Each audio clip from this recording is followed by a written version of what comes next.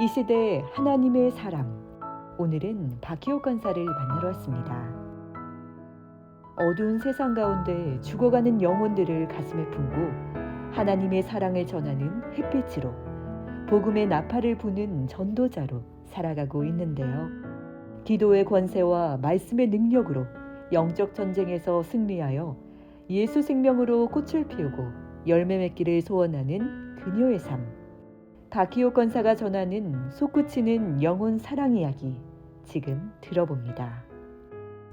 코로나 시대에 사람을 만나기 힘드니 전도할 수 없다고 생각했지만 사람이 눈에 띄는 곳은 그 어느 곳도 제게는 전도 현장으로 만들어 주셨습니다. 매일 동네 가까운 천변길을 산책하며 봄에 핀 들꽃 사진도 찍고 반가운 까치도 만났습니다. 또 지저귀는 참새들과 대화하며 가끔 가족 소풍 나온 물가의 오리들도 보고 걷기 운동하면서 동네 할머니들을 만나 전도하는 시간은 정말 행복했습니다. 서너 명씩 짝을 이루어 운동 나오신 분들, 또 외롭게 혼자 나오신 분도 계셨습니다. 한 할머니는 지방에서 이사 와서 통 적응을 못해 늘 우울해하셨고, 큰 며느리가 아들을 두고 먼저 세상 떠난 것도 슬픈데 큰아들까지 암으로 세상 떠나버렸으니 내가 빨리 죽기부터 기도하라는 할머니는 늘 한숨 쉬셨습니다. 또 저희 밑에 층 새로 이사 오신 할머니는 이사 와서 딱 하룻밤 잤는데 암으로 몇 년 투병하던 막내딸이 갑자기 숨을 거두어 빈 카톡방에 너 왜 대답이 없니? 하고 늘 우울해하셨고 슬퍼하셨습니다. 또 남편이 권사 아들인데도 교회 나가지 않고 화를 참지 못해 어린아기를 집어던지는 걸 보고 너무 놀라 뇌 충격으로 몇십 년 간질로 고생하시는 권사님도 만났습니다. 또 다리를 절룩거리며 무릎 수술하고도 열심히 운동하는 할머니, 아들이 목사인데 막내딸이 예수 안 믿어 기도하시는 권사님도 만났습니다. 인천 사는 아저씨도 딸 집에 왔다가 손녀딸을 유모차에 태우고 산책하다 저에게 복음 듣고 결신하는 등 누구든지 만나면 복음 전하고 다양한 삶의 이야기들을 들어주고 기도해 주었습니다. 동네 교회 권사님들도 구원의 확신이 있는 분은 거의 없었습니다. 햇볕이 따스한 오후 2, 3시쯤 매일 산책하러 나가 전도하니 동네 전도사님이라는 별명도 붙었습니다. 어느 날은 전도했던 할머니들 모두 연락해 햇볕이 잘 드는 벤치로 모여 천사들의 손길로 보내준 모시떡과 칫솔, 치약 세트도 나누어주며 한 목소리로 영접기도 따라하시고 찬송도 부르니 즐거워하셨습니다. 어떤 할머니는 교회 안 나간 지 너무 오래되었다고 저 높은 곳을 향하여 기억나는 찬송가도 부르시기도 하고, 어떤 할머니는 탁구가 특기라며 건강 자랑하시고 허리 돌리는 춤을 추기도 하셨습니다. 또 벤치에 쉬고 계셨던 아저씨는 다리 아파 겨우 나왔는데 영접 기도 후 신기하게 몸이 가벼워졌다며 두 손을 번쩍 드시고 하나님 만세 부르며 눈물을 보이시기도 했습니다. 그렇게 매일 걷기 운동하면서 시냇물이 흐르는 탄천길을 산책하던 작년 3월 어느 날 70대 여자 한 분이 민들레를 하나 따서 지나가던 저에게 이게 민들레 맞지요? 하고 물었습니다. 혹시 예수님 믿으세요? 물으니 불교예요. 답하는 그는 구원의 확신이 없었습니다. 본인이 대장암 투병 중이라고 해서 그 자리에서 기도도 해주고 영접기도도 금방 쉽게 따라했습니다. 전화번호 받아 태신자로 삼고 새벽마다 기도하며 끊임없이 8개월 넘게 매일 카톡으로 말씀을 보냈습니다. 또 치유를 위한 말씀 10구절을 넣어 기도문을 정성껏 써서 괜찮으세요? 하고 위로하기도 했습니다. 자매는 전혀 카톡 답을 안 했는데 어느 날 너무 고맙다고 언제 차라도 대접하겠다는 문자가 왔습니다. 항암 치료하느라 지쳐있을 그녀에게 조심스러워 만나지도 못하고 말씀으로만 위로했는데 지난 새생명축제 초대했더니 반갑게 달려와 기쁘게 결신했습니다. 알고 보니 대장암 4기 환자였습니다. 외국에서 30여 년 살다 남편과 헤어지고 아들 부부는 외국에 살고 있고 딸은 직장이 멀어 따로 살면서 주말마다 엄마를 보살피고 있다고 했습니다. 딸은 교회 다니지만 엄마에게 한 번도 교회 다니자고 하지 않았고 종교는 각자 서로 존중한다고 했습니다.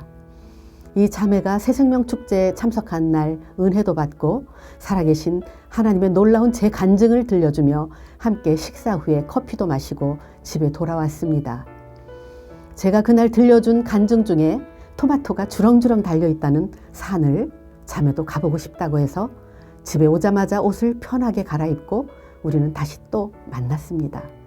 은혜 받고 나니 방해하는지 시샘하는지 바람이 몹시 불고 추워서 모자도 쓰고 오리털 점퍼로 무장하고 나섰습니다. 자매는 제 손을 꼭 잡고 위험하지 않은 낮은 곳으로 조심스럽게 올라가 방울토마토 한 바구니를 따며 그렇게 즐거워할 수가 없었습니다. 아니 이럴 수가 있느냐고요. 토마토 산을 보고 감동한 자매에게 파란 것은 주먹만한 것도 있어서 시일이 지나면 빨갛게 되니 파란 것도 몇 개 따자고 했습니다. 우리 자매님을 위해 하늘에서 내려준 특별 만나입니다. 너무 신기하죠? 자매님에게는 항암 치료제로, 저에게는 백신 해독제로 하나님이 주셨나 봐요. 하며 우리는 기뻐했습니다. 사실 새생명축제 시작은 11월 21일부터인데 11월 3일 새벽에 제 꿈속에 산에 주렁주렁 매달린 빨강 방울토마토를 보았습니다. 그런데 따려고 손을 대니 손이 닿지 않아 따지 못하고 꿈을 깼습니다. 아쉬웠지만 꿈에서 누군가 저에게 땅을 주겠다고 했습니다. 그런데 꿈을 꾸고 난 사흘 뒤 산책하던 중 평소 잘 안 가던 길, 우리 집에서 10분쯤 걸어가다 보이는 산 하나가 온통 방울토마토밭인 그것을 보게 되었습니다. 자연산 무공해, 그것도 누가 심은 게 아니고요.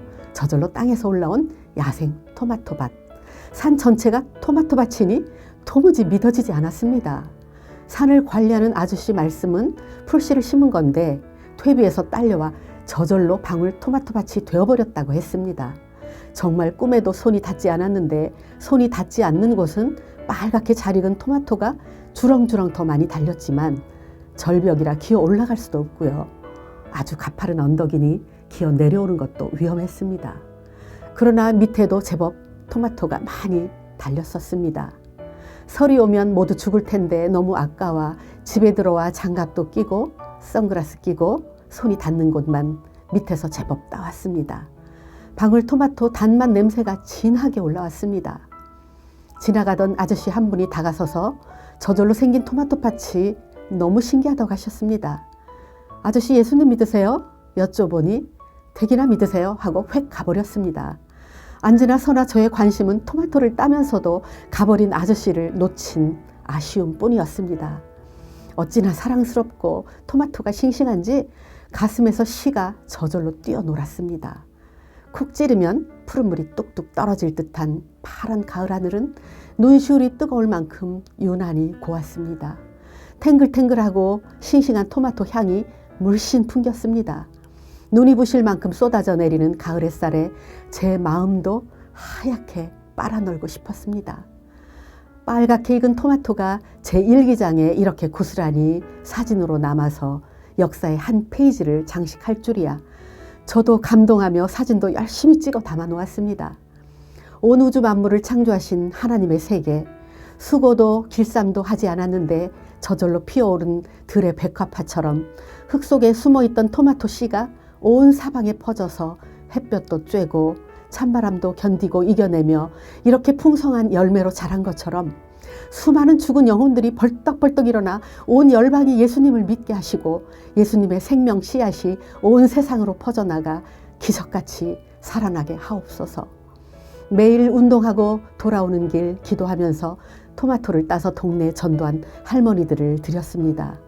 특히 기도로 사시는 동네 원로 목사님 부부, 그리고 작년 새생명축제에 복음도시락으로 영접하신 김할머니, 아들이 목사님이신 98세 오건사님도 토마토 보시고 너무 신기하다고 하셨습니다. 암투병하는 자매에게도 토마토를 삶아 즙을 낸 것과 닭가슴살과 온갖 채소를 넣어 스프로 끓여서 갖다 드리니 아주 맛있게 먹었다고 했습니다.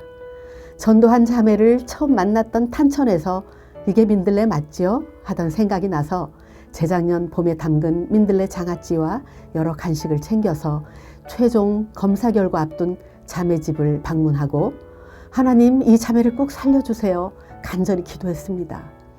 8차까지 항암 치료 마친 자매는 검사하기 위해 사흘 동안 죽을 먹고 작년 12월 30일 대학병원에서 모든 검사한 결과 이제 전혀 이상이 없다는 진단을 받고 3개월에 한 번씩 정기검진만 받으면서 체크하기로 했습니다. 할렐루야!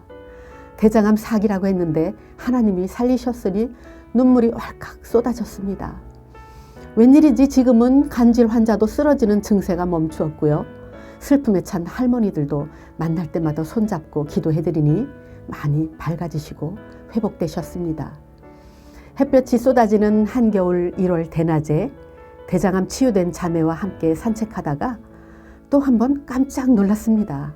아직도 손이 닿지 않는 절벽에 빨갛게 옹기종기 붙어 매달려 있는 토마토들을 보고 감동해 올해 10년째 하루의 삶을 기록하고 담아놓은 소셜미디어 일기장에 얼른 담았습니다.